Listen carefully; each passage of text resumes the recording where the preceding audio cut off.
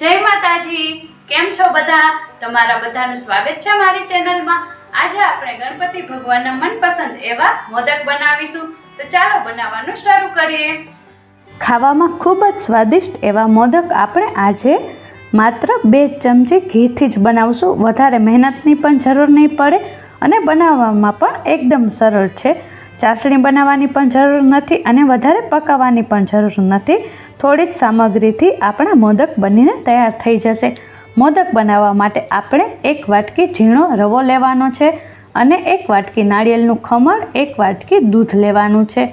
હવે મોદક બનાવવાનું શરૂ કરીએ તો એક કઢાઈમાં 2 ચમચી ઘી નાખશું। હવે તેની અંદર આપણે રવો નાખીને શેકવાનો છે।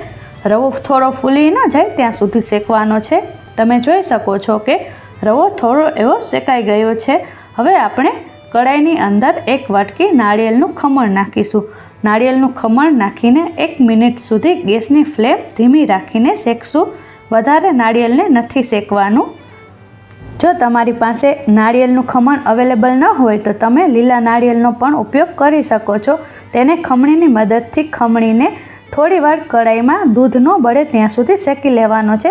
પછી તેને આની અંદર એડ કરી દેવાનું। તો તમે જોઈ શકો છો કે નાળિયેર અને રવો બંને સારી રીતે શેકાઈ ગયો છે। હવે આપણે અડધી વાટકી ખાંડ ઉમેરશું। આપણે જે વાટકીથી રવો અને નાળિયેરનું ખમણ લીધું હતું તે વાટકીથી અડધી વાટકી ખાંડ લેવાની છે। જો વધારે ગળ્યું ભાવતું હોય તો ખાંડનું પ્રમાણ વધારે લેવું। હવે ખાંડ નાખ્યા પછી દૂધ નાખી દેશું।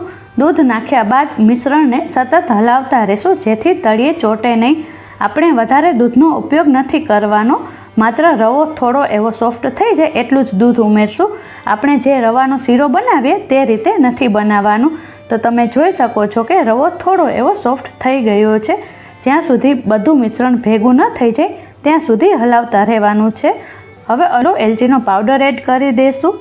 તો તમે જોઈ શકો છો કે મિશ્રણ કઢાઈ છોડવા લાગ્યું છે। હવે આપણે ગેસની ફ્લેમ બંધ કરી દઈશું। હવે મિશ્રણને થોડું ઠંડુ થવા દેવાનું છે। જ્યાં સુધી મિશ્રણ ઠંડુ થાય છે ત્યાં સુધી આપણે મોદકની અંદર ભરવાનું સ્ટફિંગ તૈયાર કરી લઈએ। તેના માટે એક બાઉલમાં મેં અહીં બદામ અને કાજુની આ રીતની ઝીણી કતરણ કરીને લીધી છે, તે એડ કરી દઈશું। 1 ચમચી જેટલી કિસમિસ અને 4-5 જેટલી ખજૂરના નાના ટુકડા કરીને લીધા છે। અડધી ચમચી એલચીનો પાવડર એડ કરી દઈશું।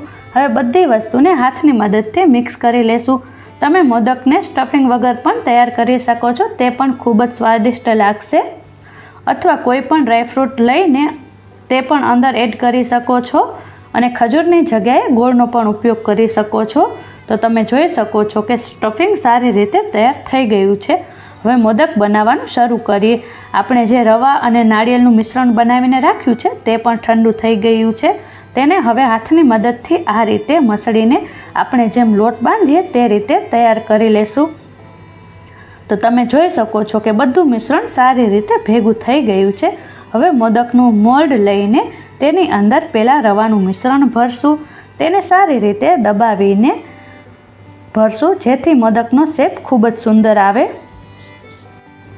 હવે આપણે જે સ્ટફિંગ બનાવીને રાખ્યું છે તે હાથમાં થોડું લઈને મોલ્ડની અંદર ભરશું।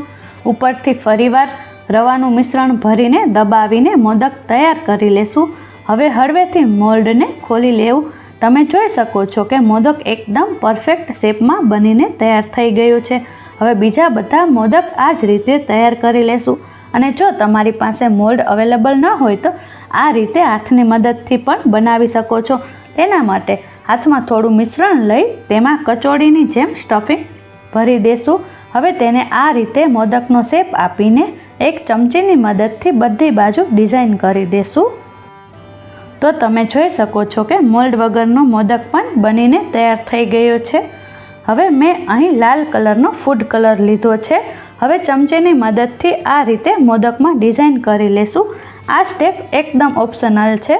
ફૂડ કલર અવેલેબલ હોય અને જો તમને પસંદ હોય તો જ કરવું, અથવા તો તમારી પાસે જે કલર હોય લીલો, પીળો કોઈ પણ લઈ શકો છો। આમ કરવાથી મોદક દેખાવમાં પણ ખૂબ જ સુંદર લાગે છે। બધા જ મોદકને આ રીતે તૈયાર કરી લેશું। તમે જોઈ શકો છો કે મોદક દેખાવમાં કેટલા સુંદર લાગે છે, ખાવામાં પણ એટલા જ સરસ બન્યા છે। આપણા મોઢામાં મૂકતા જ ઓગળી જાય તેવા અને ગણપતિ બાપાના મનપસંદ એવા મોદક બનીને તૈયાર છે. એકવાર મારી રેસિપીથી મોદક જરૂરથી બનાવજો અને મને કમેન્ટ સેક્શનમાં જરૂરથી જણાવજો કે કેવા બન્યા છે. મારી આજની રેસિપી જો તમને પસંદ આવી હોય તો મારી ચેનલને લાઈક અને શેર જરૂરથી કરજો અને જો મારી ચેનલને હજુ સુધી સબસ્ક્રાઇબ ન કરી હોય તો જરૂરથી કરી દેજો. ફરી મળીશું એક નવી રેસિપી સાથે. આવજો.